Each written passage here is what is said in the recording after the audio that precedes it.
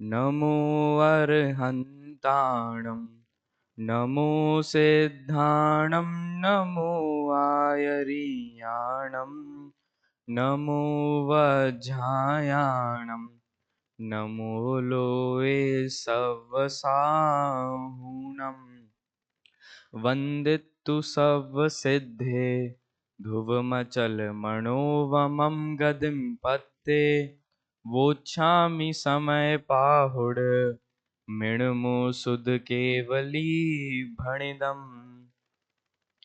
हम सबके सामने ग्रंथादिराज समय सार विराजमान है। देखिए 10-15 दिनों से इस ग्रंथ के ऊपर चर्चा चल रही है, परंतु वास्तव में ग्रंथ अभी प्रारंभ हुआ है, कल ही प्रारंभ हुआ है। इससे पहले की जितनी भी बात थी वह यह ग्रंथ समझने हेतु, ग्रंथ को प्रारंभ करने हेतु पूर्व की भूमिका जो आचार्य अमृतचंद्र द्वारा बनाई गई थी, हमने उसकी चर्चा करी थी। अब यहां से वास्तव में जो समय सार रूपी ग्रंथ है, जो ग्रंथादिराज समय सार है, वह प्रारंभ होने जा रहा है। कल हमने थोड़ी सी चर्चा पहली गाथा की देखी थी, जिसमें हमने क्या देखा था कि इस मंगलाचरण में पहली गाथा में सर्व सिद्धों को नमस्कार किया है। और वे सिद्ध कैसे हैं? ध्रुव, अचलम और अणोवमम गाथा के शब्द कैसे हैं? ध्रुव है, अचल है और अनुपम है। थोड़ी सी चर्चा इन शब्दों की हो गई थी। कल का विषय दोहराते हुए हम आगे इनकी विस्तार से आज बात करेंगे। ध्रुव, सबसे पहले ध्रुव क्यों कहा? क्योंकि ये जो दशा है, कौन सी दशा की बात हो रही है? सिद्ध दशा, सव सिद्धे, सिद्ध को नमस्कार किया है, उनकी दशा की बात हो रही है। और वह दशा ध्रुव है क्योंकि स्वावलंबन से प्राप्त हुई है। इसमें पर का कोई अवलंबन नहीं था, अर्थात पर का कोई हस्तक्षेप नहीं था, पर का कुछ प्रयोजन नहीं था। स्वावलंबन से यह मुझे प्राप्त हुई है। ध्रुव, ध्रुव अगर ध्रुव का अर्थ देखें तो आत्मा को भी ध्रुव कहते हैं। तो आत्मावलंबन से जो दशा प्राप्त हुई वह भी ध्रुव। और ध्रुव का अर्थ देखें तो शब्दार्थ से ध्रुव का अर्थ होता है जो सदा विद्यमान रहे, जो चलायमान ना हो। अचल भी उसी अर्थ में है, परंतु ध्रुव जो जैसा था वैसा ही है, ध्रुव। तो यह दशा ध्रुव है क्योंकि एक बार सिद्ध बन गए, उसके बाद अब तो रहिए अनंतानंत काल यथा तथा। अब तो एक बार ध्रुव का आलम्बन लिया, ध्रुव रूप सिद्ध बन गए, तो अब तो अनादि काल तक, अनंत काल तक ऐसा ही रहना है ध्रुव। अब अचल, अचल क्यों कहा? क्योंकि अनादिकालीन जो परिभ्रमण हो रहा है, क्या हो रहा है? परिभ्रमण, चारों ओर, अर्थात परिभ्रमण यानी घूमना।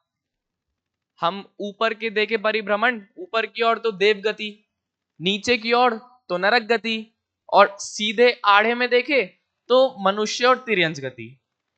इस रूप से परिभ्रमण का अर्थ है। तो ये जो परिभ्रमण हो रहा है, अब वह परिभ्रमण नहीं होगा, इसलिए यह अचल है, चलायमान नहीं है। क्योंकि अब तो सिद्ध गति में जो उत्पाद व द्रव्य यदि है, हो रहा है, तो वह उसी रूप में होगा, स्वभाव रूप में ही होगा।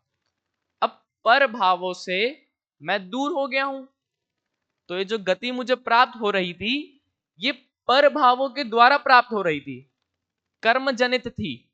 और कर्म क्या है? पर द्रव्य। और अब जो गति है वो कैसी है? स्वद्रव्य से, स्वावलंबन से, इसलिए अचल। अनुपम, अनुपम अर्थात जिसकी उपमा ना दे सके, जो सब प्रकार की उपमाओं से रहित है। इसके अर्थ में मैं आपका ध्यान एक तत्व संबंध में भूल की ओर ले जाना चाहूंगा। मोक्ष तत्व संबंधी भूल। क्या भूल? कि जितना जैसा सुख स्वर्ग में है उससे अनंत गुना या उससे कई गुना सुख मोक्ष में है, ऐसा जो मानता है वह मोक्ष तत्व संबंधी भूल है। वैसा ही स्वर्ग में जो सुख है वह इंद्रिय जनित सुख है, और मनुष्य में भी जो सुख है वह इंद्रिय जनित है, और जो मोक्ष में सुख होगा, जो सिद्ध अवस्था में प्राप्त होगा, वह अतीन्द्रिय है, यानी जात्यांतर है, इसकी जाति ही भिन्न है। तो कितना भी हम गुणा करें सर्वज्ञ के सुख, स्वर्ग के सुख में, मनुष्य के सुख में, कितना भी गुणा करें, परंतु मोक्ष का सुख कैसा है? भिन्न प्रकार का है, क्योंकि जो पर पदार्थ है वह उनके आश्रय से प्राप्त नहीं है। पर पदार्थ तो दुखमयी है। आत्म को हित है सुख सो सुख, आकुलता बिन कहिए। जो ये आकुलता वाला सुख है ना, जो मुझे सुख लग रहा है, सुखाभास लग रहा है, वैसा सुख तो इन चार गति में है, पर जात्यांतर इससे भिन्न प्रकार का सुख, आकुलता रहित सुख मोक्ष में है, सिद्ध अवस्था में है। इसलिए यहां पर अनुपम शब्द लिया। ध्रुव, अचल और अनुपम, ये तो रही थोड़ी कल की चर्चा। अब यहां से जो हमने संस्कृत टीका प्रारंभ करी थी पूर्ववक्ता के द्वारा, अब उसी को ही आगे बढ़ाते हैं। हाँ, यहां पर एक शब्द आया अपवर्ग। सिद्ध अवस्था के लिए ही एक शब्द आया अपवर्ग, एक विशेषण दिया अपवर्ग। देखिए, संसार में चार प्रकार के पुरुषार्थ बताए गए हैं, चार प्रकार के: धर्म, अर्थ, काम और मोक्ष। हमारे जितने भी काम होते हैं, हम पूरे जीवन में जितने भी कार्य करते हैं, वो इन चार चीजों की सिद्धि के लिए ही करते हैं। या तो धर्म की सिद्धि, या अर्थ की सिद्धि, या काम की सिद्धि, या फिर मोक्ष की सिद्धि। हमारे जितने भी काम हो रहे हैं वह इन चार चीजों की सिद्धि के लिए ही हो रहे हैं। तो ये जो मोक्ष है, ये जो सिद्ध गति वाला है, यह अपवर्ग है, यानी जो पहले की तीन है ना, उनसे भिन्न है। अपवर्ग पहले क्या था? धर्म, अर्थ, काम, इनको नाम दिया वर्ग, और इनसे भिन्न अपवर्ग। ऐसा ये मोक्ष है। अब देखते हैं आगे और क्या कहते हैं। अब यहां पर जो पद्यानुवाद था, हम उसके हिसाब से यदि देखें तो ध्रुव, अचल, अनुपम, सिद्ध की, इसका अर्थ हम देख चुके हैं। अब क्या कर रहे हैं? कर वंदना। ध्रुव, अचल, अनुपम, सिद्ध की कर वंदना। अब बारी आती है थोड़ा वंदना को देखने के लिए। टीकाकार ने, आचार्य अमृतचंद्र देव ने, दो प्रकार की वंदना लिखी, दो प्रकार का स्तवन बताया। एक तो भाव स्तवन और दूसरा द्रव्य स्तवन। संस्कृत के शब्द है भाव द्रव्य स्तवाभ्याम, यानी भाव रूप से स्तवन करना और द्रव्य रूप से। इसको देखते हैं कैसे हैं। सबसे पहले द्रव्य रूप, जो हम करते हैं, अपने मन से स्तुति करना, अपने वचन से स्तुति करना और काय से स्तुति करना। स्तुति, भक्ति, वंदना, पूजन इत्यादि जब यह शरीर से, मन से, वचन से, काया से होते हैं, तब उसे कहा द्रव्य वंदना। और भाव वंदना इसके अतिरिक्त आचार्य जयसेन लिखते हैं कि निश्चय से वंदना, भाव वंदना क्या है? जब आराध्य आराधक का भेद मिट जाए, वह भाव वंदना है। इसको देखते हैं क्या कहा। आराध्य यानी जिसकी आराधना करनी है, और दूसरा आराधक, जो आराधना कर रहा है। इन दोनों का भेद मिट जाए तो क्या है? निश्चय वंदना, निश्चय स्तुति, भाव वंदना। देखते हैं, यहां पर बात की गई है स्थापना करने की। यह कब होगा? स्थापना करने के बाद। क्योंकि कुंद आचार्य कह रहे हैं कि मैं अकेला आत्मा नहीं हूं, मैं अकेला सिद्ध नहीं हूं। उन्हें सामने सभी बैठे हुए जितने भी जीव हैं वे सभी सिद्ध दिख रहे हैं, वे सभी भगवान दिख रहे हैं। यदि आंखों के आगे पीला कांच आ जाए तो सब कुछ पीला पीला दिखता है, यदि आंखों के आगे हरा कांच आ जाए तो सब हरा दिखेगा, यदि आंखों के आगे दीवार आ जाए तो कुछ नहीं दिखेगा सामने का। परंतु आचार्य ने द्रव्य दृष्टि से देखा तो सब हमें भगवान दिख रहे हैं। उन्होंने सब में यही स्थापित किया। कैसे? देखिए, सर्व सिद्धों को भाव स्तुति और द्रव्य स्तुति के माध्यम से, दो स्तुति, इनके माध्यम से अपने और पर के आत्मा में स्थापित करके, किसको स्थापित कर रहे हैं? सिद्धों को। किस में? अपने में और पर में। किसके द्वारा? द्रव्य स्तुति और भाव स्तुति। देखिए, जरूरी नहीं है जो हमें द्रव्य स्तुति करते हुए दिखे वो भाव स्तुति भी कर रहे हैं, परंतु जो भाव पूर्वक स्तुति कर रहे हैं वो साथ साथ द्रव्य स्तुति तो कर ही रहे हैं। अब भाव स्तुति से क्या रहा? आराध्य आराधक भेद मिट गया और स्थापना किसकी हो गई? मुझ में ही सिद्ध की। स्पष्ट करते हैं। और आराध्य कौन था? सिद्ध। और आराधक कौन था? मैं। स्थापना किसकी करी? सिद्ध की।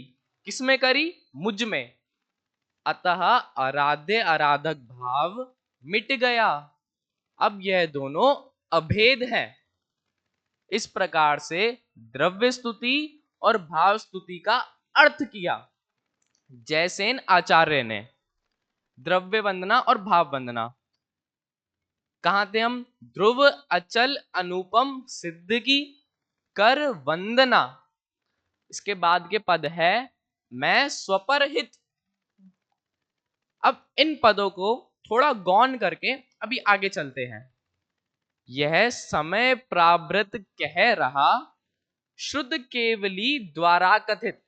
सेम अर्थ ऊपर गाथा में है, बिल्कुल शब्दशः पद्यानुवाद दादा ने किया है। वोच्छामि समय पाहुड़ मिणमो सुध केवली भणिदम। और देखते हैं किसने कहा है? मुझे शुद्ध केवली ने कहा है। अब ऐसा कोई कब करता है? जब सामने बैठने वाला मुझे पता है मेरी बात नहीं सुनेगा। एक भाई अपने बड़े भाई को कुछ काम बताए तो उसके मन में ऐसा ही रहता है कि करे या ना करे, सुने या ना सुने। और यदि उसी बात के आगे कह दे कि पिताजी यह कह रहे हैं या माता ये कह रही हैं कि ये कर दो, इसका अर्थ क्या हो जाएगा? कि उसको करना पड़ेगा। ऐसे ही आचार्य देव अपना पल्ला झाड़ रहे हैं कि यह मेरे द्वारा कथित नहीं है, यह तो शुद्ध केवली द्वारा कथित है। अभी और देखेंगे हम इसको कैसे। देखिए, जब भी यहां पर भी किसी प्रकार का कार्यक्रम होता है, किसी प्रकार की कोई प्रतियोगिता होती है, तब यहां पर हम स्टेज सजाते हैं और वहां पर मुख्य अतिथि, निर्णायक, विशिष्ट अतिथि और इत्यादि हम जो विशेष व्यक्ति हैं उनको बुलाते हैं। तो यहां पर शुद्ध केवली से किन विशेष व्यक्तियों को लिया उसकी चर्चा हम करते हैं। तो सबसे पहले जयसेन आचार्य ने शुद्ध केवली से मात्र गणधर देव अर्थ लिया, क्योंकि गणधर देवों को श्रुत का द्वादशांक का पूरा ज्ञान होता है। तो इसलिए समाज से देखे, बहुव्रीहि समाज से, तो श्रुत केवली से वही गणधर देव ध्यान आते हैं। उसके बाद और अमृत चंद्र देव ने गणधर देव के साथ साथ भद्रभाऊ आदि जो श्रुत केवली हुए हैं उनको भी यहां ग्रहण किया है। देखिए, गणधर देव के बाद कई आचार्य ऐसे हुए थे जिनको द्वादशांक का ज्ञान था, फिर उसके बाद द्वादशांक के कुछ अंश का ज्ञान था। यहां पर आगे स्पष्ट भी किया है कि यह जो समयसार ग्रंथ है ना, तो कुंदकुंद आचार्य भी एक अंग के ज्ञाता थे जिसका नाम था समय प्राभृत। उसी का ही भावार्थ, उसी का ही भावानुवाद, या कहें उसी का ही संक्षेप रूप में समय प्रावृत है। देखते हैं कहां पर, द्वादशांग के 12वें अंग और ज्ञान प्रवाद नामक 5वां पूर्व, जिसका 10वां वस्तु अधिकार, 12, 5, 10, इसका नाम था समय प्रावृत। और उसी के अनुसार यह समय सार ग्रंथ लिखा गया है।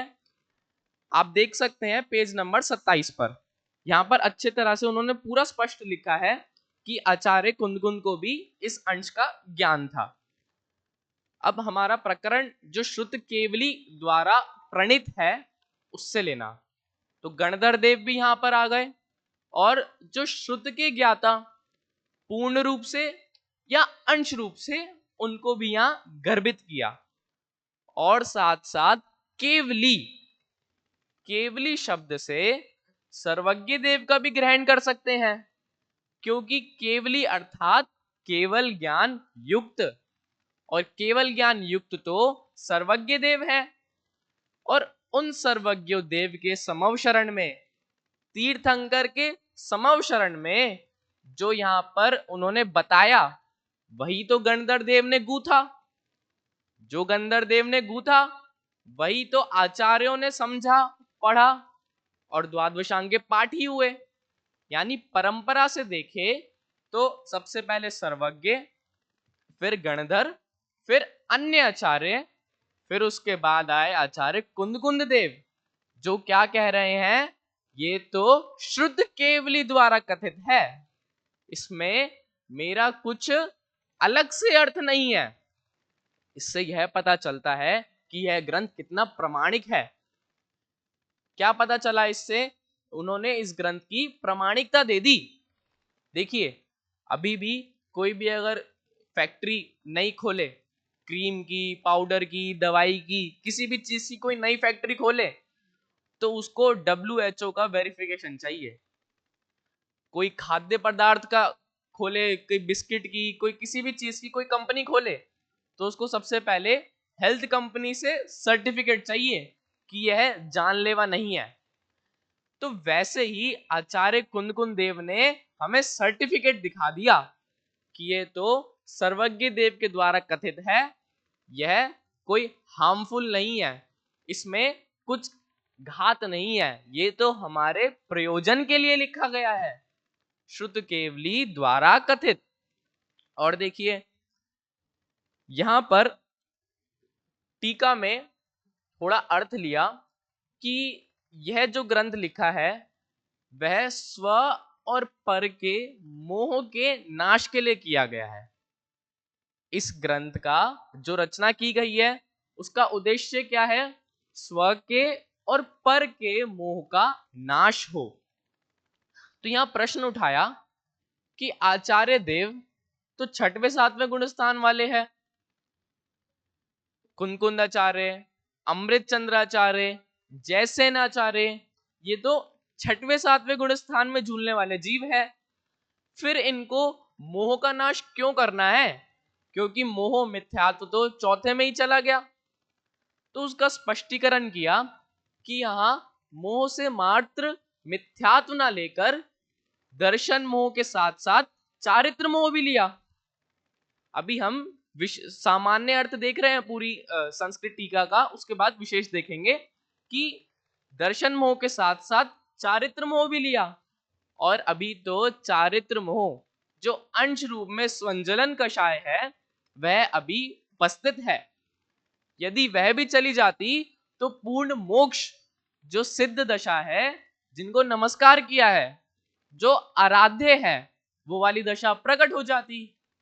परंतु अभी भी जो किंचित, उनका तो किंचित, हमारा तो अभी जो स्थूल मोह बचा है उसके नाश हेतु यहां पर उन्होंने ग्रंथ लिखा। देखिए, गाथा में देखे और पद्यानुवाद में देखे तो कुछ शब्द मिलते नहीं हैं। गाथा में है वंदितु सव सिद्धे, तो नीचे क्या लिखा, सिद्ध की कर वंदना। ऊपर है ध्रुव मचल अणोवमम गदिम पत्ते। तो नीचे क्या है? ध्रुव, अचल, अनुपम, सिद्ध। ऊपर है वोच्छामि समय पाहुड़, तो नीचे है यह समय प्राभृत कह रहा। ऊपर है शुद्ध केवली भणिदम, और नीचे है शुद्ध केवली द्वारा कथित। तो बचता क्या है? मैं स्वपरहित। प्रश्न समझ आया आपको कि यहां पर जो मैं स्वपरहित, ये 4 अक्षर बचे, ये तो ऊपर गाथा में है ही नहीं, परंतु दादा ने जो पद्यानुवाद किया उसमें तो यह लिखा है, मैं स्व और पर के हित के लिए। ऊपर गाथा में मैं स्वपर हित ऐसे अर्थ का कुछ शब्द ही नहीं है, परंतु पद्यानुवाद में यह शब्द है। तो यह अर्थ उन्होंने टीका में से लिया कि टीका में जो आया, मैं स्व और पर के मोह के नाश के लिए कर रहा हूं। तो हमारे मोह का जो नाश हो रहा है वह हमारे हित के लिए ही हो रहा है, क्योंकि हमारा हित कहां पर है? मोक्ष में है। और वह मोक्ष कैसे प्राप्त हो? मोह के नाश पूर्वक। इसलिए यहां पद्यानुवाद में मैं स्वपर हित यह अर्थ लिया, यह उन्होंने जोड़ दिया। इससे क्या पता चलता है कि यह जो ग्रंथ है यह किसी व्यक्ति विशेष के लिए नहीं लिखा गया, ये सिर्फ मेरे लिए नहीं लिखा गया, यह तो मेरे और आपके, हम सबके लिए लिखा गया है, क्योंकि हम सबको ही मोह का नाश करना है। मैं स्वपर हित। अब सर्टिफिकेट तो किसका लगा दिया? सिद्ध का। उसके साथ साथ और उनमें जुड़ने वाले मुख्य अतिथि, विशिष्ट अतिथि कौन है? गणधर देव और द्वादशांग के पाठी श्रुत केवली जो भी हुए हैं। अब कुंदकुंद आचार्य जो अपनी बात कह रहे थे, जो समयसार गाथा उन्होंने पहली लिखी, उसमें आचार्य अमृत चंद्र ने संस्कृत टीका लिखी। उस संस्कृत टीका के आधार से हमारा प्रकरण चल रहा है, जिसमें द्रव्य स्तुति और भाव स्तुति हम देख चुके। द्रव्य स्तुति जो मन वचन काया से हम कोई भी स्तवन कर रहे हैं, कोई भी वंदना कर रहे हैं, वह द्रव्य स्तुति।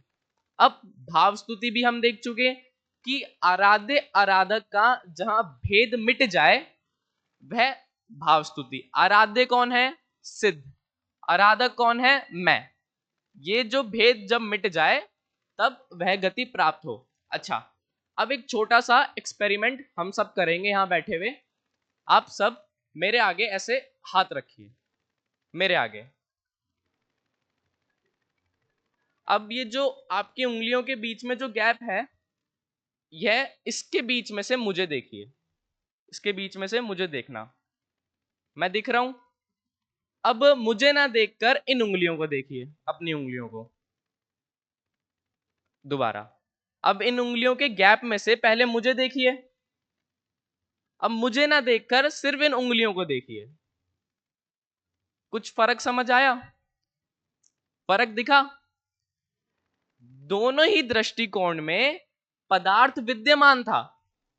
उंगलियां भी तत्समय उस समय विद्यमान थी, और मैं जिसको आप देख रहे थे वह भी विद्यमान था। पर जब आपका दृष्टिकोण मुझ पे रहा तब यह उंगलियां गौण हो गई, और जब आपका दृष्टिकोण उंगलियों पर रहा तब मैं गौण हो गया। वैसे ही कर्मों के पीछे आत्मा गौण ना हो जाए, आत्मा छुप ना जाए, इसलिए यहां पर परम शुद्ध निश्चय का ही वर्णन किया है। देखिए, अनुशीलन में मैं आपको कुछ शब्दों की ओर लेकर जाना चाहता हूं।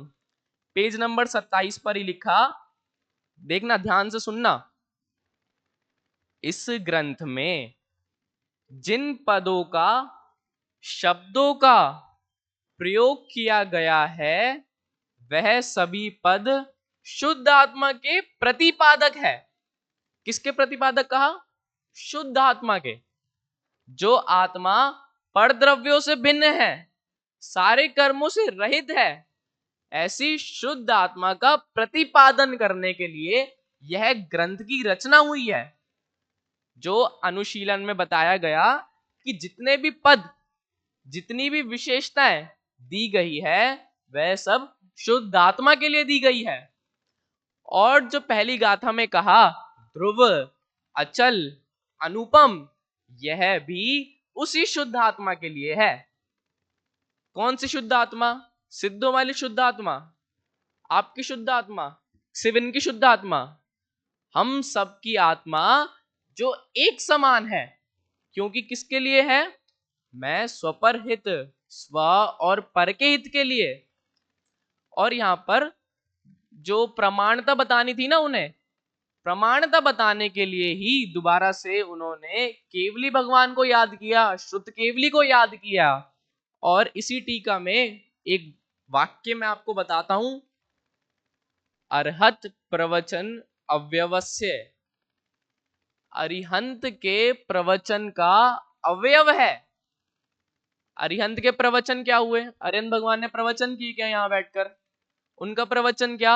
समव शरण में जो दिव्य ध्वनि उनकी खिरी, वो अरिहंत के प्रवचन। और उसका यह क्या है? अवयव है। तभी तो कहते हैं ना जिण वाणी, अर्थात जिनेन्द्र की वाणी, जिनेन्द्र की वाणी का अवयव, वह अवयव यह ग्रंथ है जो हमारे सामने विराजमान है। और महिमा बताने के लिए आप सब तो यहाँ बैठे ही है प्रैक्टिकल। भाई साहब 15 दिनों से यह प्रवचन चल रहा है समय सार पर, और पहली गाथा आज प्रारंभ हुई है। अभी तक सिर्फ भूमिका बन रही थी, और क्या इसकी विशेषता बताएं? यह किसका अवयव? जिनेन्द्र प्रवचन का अवयव। तो इससे मुझे क्या मिल गई? प्रमाणिकता मिल गई कि यह जो बात हो रही है यह सच्ची बात है। यह जो बात हो रही है यह बिल्कुल सही बात है, और मेरे हित के लिए यह बात की गई है। यह बात हम पहले कर चुके हैं, परंतु नए श्रोता की दृष्टि से दोबारा, कि अरिहंत भगवान ने जो प्रवचन अर्थात जो समवशरण किया उसी का यह अवयव है। और इसमें क्या बताया? इसमें सिद्ध के साथ साथ मेरा स्वरूप बताया। मेरे स्वरूप में स्थापना करके इन्होंने वंदना करी है। स्वरूप में स्थापना करके कैसे? कि जिन सिद्ध को मैं नमस्कार कर रहा हूं वही सिद्ध तो मैं हूं। इस प्रकार से भाव वंदना करी है। और द्रव्य वंदना तो हम नित्य प्रतिदिन करते ही है। समय पाहुड़ जो द्वादशांग का एक अंग है, जो समय प्राभृत नाम का एक अंग है, उसको कह रहे हैं, वो छामी कह रहे हैं, जो कि श्रुत केवली ने कहा है, जिसमें सिद्ध को नमस्कार रूप इन्होंने पहले मंगलाचरण यह किया। अब यहां से हमने जो संस्कृत टीका थी उसका सामान्य अर्थ देख लिया है। जो अनुशीलन में थोड़ी बात आई थी वह भी देख ली है, परंतु विस्तार से कि शुद्ध केवली में कैसे उन्होंने समास पूर्वक क्या क्या अर्थ लिए, और जो संस्कृत टीका में एक एक पंक्ति एक एक शब्द से, वह हम कल देखेंगे। अभी सामान्य अर्थ इसी प्रकार था। अभी की बात को यहीं विराम करते हैं। ओम नमः सिद्धेभ्यः।